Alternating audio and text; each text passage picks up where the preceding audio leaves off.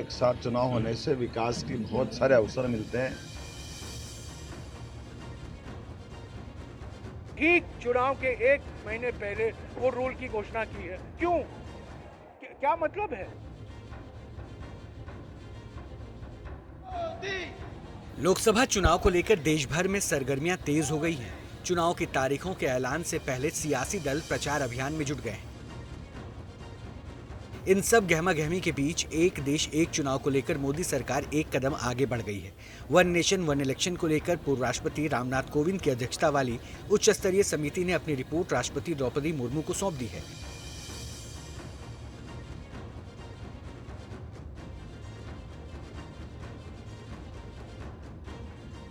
देश भर में लोकसभा, विधानसभाओं और स्थानीय निकायों के एक साथ चुनाव कराने की व्यवहार्यता पर 18,626 पन्नों की रिपोर्ट तैयार की गई है। सबसे पहले आपको बताते हैं कि रिपोर्ट में समिति ने क्या सुझाव दिए। रिपोर्ट में कहा गया है कि पहले चरण में लोकसभा और विधानसभा चुनाव एक साथ कराए जा सकते हैं। उसके बाद दूसरे चरण में 100 दिनों के भीतर स्थानीय निकाय चुनाव कराए जा सकते हैं। रिपोर्ट में कहा गया है कि पहले एक साथ चुनाव के लिए सभी राज्य विधानसभाओं का कार्यकाल अगले लोकसभा चुनाव तक की अवधि के लिए हो सकता है। कोविंद पैनल ने यह भी कहा है कि त्रिशंकु सदन या अविश्वास प्रस्ताव की स्थिति में शेष 5 साल के कार्यकाल के लिए नए सिरे से चुनाव कराए जा सकते हैं। रिपोर्ट में लोकसभा, विधानसभा, स्थानीय निकाय चुनाव के लिए एकल यानी कि साझा मतदाता सूची और एकल मतदाता पहचान पत्र तैयार करने की बात कही गई है। कोविंद पैनल ने एक साथ चुनाव कराने के लिए उपकरणों, जनशक्ति और सुरक्षा बलों को बढ़ाने की सिफारिश की है। ये बहुत ही अच्छा सुझाव है, इसको लाना चाहिए और इसके लिए 2-3 संशोधन कानून में और करने पड़ेंगे, संविधान में करने पड़ेंगे। एक तो ये कि नो कॉन्फिडेंस मोशन के साथ साथ कॉन्फिडेंस मोशन भी लाना पड़ेगा। एंटी डिफेक्शन लॉ में अगर आपकी कोई गठबंधन है सरकार की, तो एंटी डिफेक्शन पूरे गठबंधन पे लगना चाहिए। एक देश एक चुनाव को आम बोलचाल की भाषा में समझे तो इसका मतलब ये हुआ कि संसद, विधानसभा और स्थानीय निकाय चुनाव एक ही समय पर एक साथ होंगे। इसके तहत वोटर्स एक ही दिन, एक ही समय और एक ही बूथ पर केंद्र सरकार, राज्य सरकार और निकाय चुनाव के लिए वोटिंग कर पाएंगे। लेकिन इस व्यवस्था को लेकर देश की कई राजनीतिक पार्टियां फिलहाल तैयार नहीं दिख रही हैं। कोविंद पैनल ने एक देश एक चुनाव पर तैयार की गई रिपोर्ट में कुल 62 राजनीतिक दलों से राय मांगी थी, जिसमें 47 राजनीतिक दलों ने अपनी राय दी है।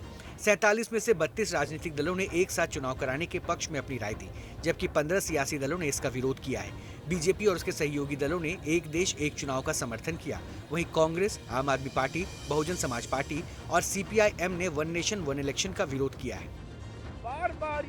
एक देश एक चुनाव का विरोध करने वाली पार्टियों का तर्क यह है कि ये व्यवस्था लोकतंत्र और संविधान को कमजोर करेगा। साथ ही इससे क्षेत्रीय पार्टियों को नुकसान होगा और राष्ट्रीय पार्टियों का प्रभुत्व बढ़ेगा।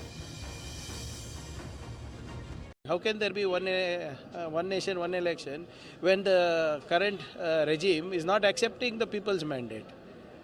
The operation Lotus that is prevalent to lure MLAs and have elections again and again and again. What about that? And also, it's completely against the spirit of decentralization of the panchayats and everything else. AIM chief Asaduddin Owaisi ने एक देश एक चुनाव को भारतीय संघवाद के लिए मौत की घंटी बताया है। उन्होंने कहा है कि यह भारत को एक दलीय राज्य में बदल देगा। हालांकि बीजेपी इससे इत्तेफाक नहीं रखती। पूर्व राष्ट्रपति जी रामनाथ कोविंद जी ने जो अपनी समिति का एक रिपोर्ट दिया है कि देश में एक साथ सारे चुनाव हो, उसका स्वागत करना चाहिए। माननीय प्रधानमंत्री जी भी नरेंद्र मोदी जी ने कई बार इसके बारे में बात की है। इससे कई फायदे हैं, कई लाभ हैं। पहली बात तो कि एक साथ जब चुनाव होते हैं, जैसे पहले होता था 1951 से 1967 तक, भाई चुनाव की प्रक्रिया खत्म हो जाती थी, 5 साल में एक बार होता था। पूरा प्रशासन, राजनीतिक लोग, सारे लोग जो है काम कर सकते हैं, निरंतर काम कर सकते हैं 5 साल के लिए बिना रोक के। आजादी के कुछ वर्षों तक लोकसभा और विधानसभा चुनाव एक साथ ही होते थे, लेकिन बाद में ये परंपरा टूट गई। लेकिन एक बार फिर एक देश एक चुनाव की पहल की गई है। नई व्यवस्था के समर्थन में कई तर्क दिए जा रहे हैं और इसके फायदे भी गिनाए जा रहे हैं। पहली बात जो इस व्यवस्था के पक्ष में कही जा रही है वो ये कि इससे पैसों की बर्बादी से बचा जा सकता है। समय समय पर होने वाले चुनाव पर भारी भरकम रकम खर्च होती है। चुनाव में देश के संसाधनों के साथ साथ स्टेट मशीनरी का भी इस्तेमाल होता है। अगर एक साथ चुनाव होंगे तो पैसों के साथ साथ देश की संसाधन की भी बचत होगी। जब जब चुनाव के लिए आदर्श आचार संहिता लागू किया जाता है, विकास परियोजनाएं निलंबित हो जाती हैं। नई व्यवस्था लागू होने पर विकास कार्यों की गति धीमी नहीं पड़ेगी। चुनाव में काले धन के इस्तेमाल के आरोप लगते रहे हैं। अगर बार बार चुनाव से छुटकारा मिलेगा तो काले धन पर रोक लगाने में मदद मिलेगी। हालांकि एक देश एक चुनाव की व्यवहारिकता पर उठ रहे सवाल अभी जरूर है। बिल्कुल प्रैक्टिकल नहीं है, इसकी जरूरत ही नहीं है मुझे लगता है। लेकिन इतने साल 70 साल से जब हम आ रहे हैं, किसी ने अभी तक कहा है कि इसके कारण ये सब प्रॉब्लम्स हो रहे हैं हमारे देश में, कि एक साथ इलेक्शंस नहीं हो रहा। एक साथ इलेक्शंस होने से क्या बड़ा फायदा होता है हमको।